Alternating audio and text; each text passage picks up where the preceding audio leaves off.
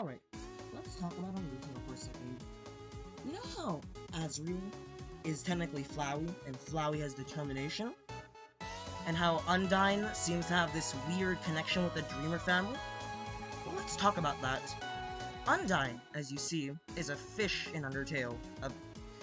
Some sort of fish. But it's a fish. Asriel is a goat. They have no relation whatsoever. However, they seem to share some weird connection almost. In Undyne's date, she brings up this him, or he, quite a lot. 2 times, I believe. And then she kind of just leaves us hanging on who it is. Now, people say it's Asgore, and well, it's so obviously Asgore.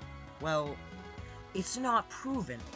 And his theme does play during that time, meaning that it's possible those two, like, outside of the whole Flowey resetting, trying everything thing, they might have known each other since they were, like, I don't know, children, you know?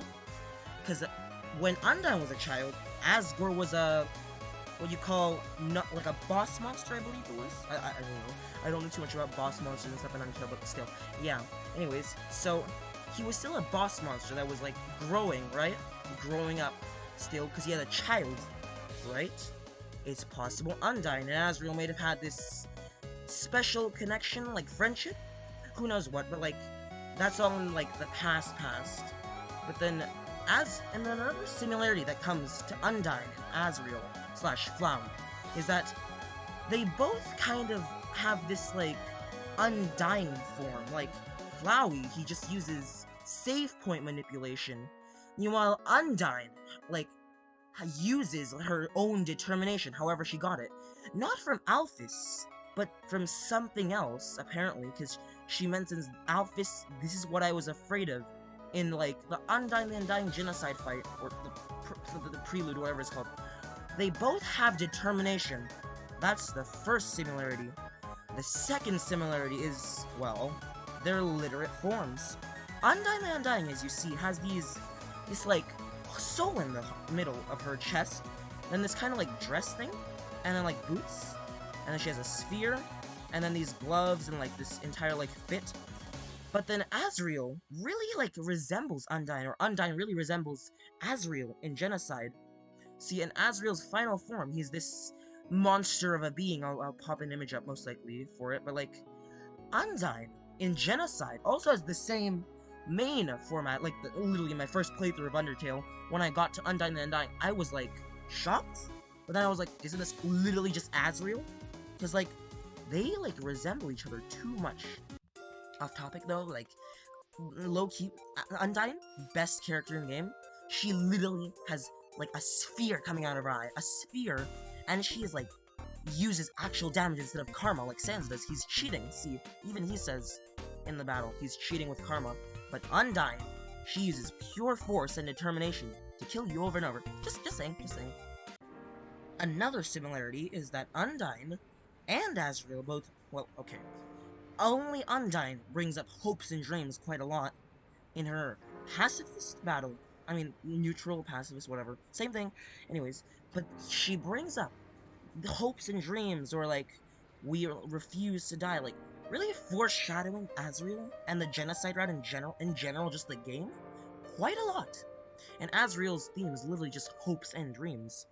That's another similarity. Think about it. Just referencing literate OST of the game. Another thing is that they both really want you dead. Like, dead where you stand, kind of dead. Sans reference, get it anyways. But, like, you notice that they both move quite a lot in their battle, and there's a theory out there that how much a monster moves equals to how much they want to kill you. And the things that move most, enemies that move most, is Asriel and Undyne. Asriel, well, he's literally floating around in this giant drug pool of rainbows. Meanwhile, Undyne is just doing this, like, Russian dance thing that's... I still don't know what she's doing to this day, but she is moving around a hell a lot. And the most in Genocide, too, because, like, also Sans, he's kind of a weird one, too. He doesn't really move a lot. He has many gestures, he doesn't really move a lot. He's kind of, like, shuffling. And then, well, Papyrus just doesn't move, so he doesn't really want to kill you, which is kind of weird, but, like, anyways, yeah, they both move a lot. in their battles, like, a lot. And they're the two only they're the two strongest monsters in game. Undyne has 99 attack and 99 defense, I believe, in the stats, not in the code that is, but like in the stats. And then Asriel has, well, infinite, so they're both technically gods. And I guess you could say Undyne is really just kind of a god at this point. I mean, Sans, I guess you could say that too, but like, Undyne seems to maybe know, like, a little more than we think. Just a little. Another thing you have to think about is, where did Undyne get determination from? Because it's never explained in game, and it's not really by Alphys, since she said, "This is what I was afraid of." See what I mean? She says, "This is what I was afraid of," meaning that she didn't tell Alphys either. I mean, maybe Alphys gave it to her, but like, how? Like, wouldn't she melt? I mean, she does at the end of her battle, but like, holding for that long, I don't think any, like, monster would be able to take it. So, where exactly did she get it from? Again, you might have to think about it. Possibly Flowey or Asriel. Well, okay, it's getting a little complicated. Maybe, like, so how to explain it easily is, maybe she got it from Asriel when he turned into his god form after Kara died and he absorbed his soul. Maybe she somehow got some of their determination. I don't know where or when this would happen, but it would make sense. And then maybe another thing is maybe that, I don't know, like, Asriel might have, or Flowey might have given her some sort of determination. We still don't know, but it's just a theory.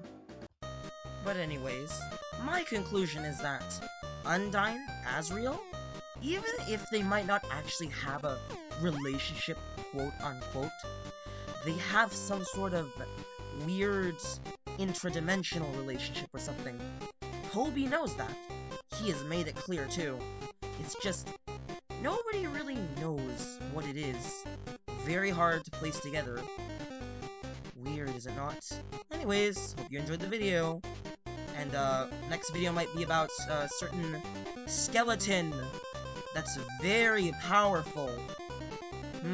I wonder who that could be. Did it?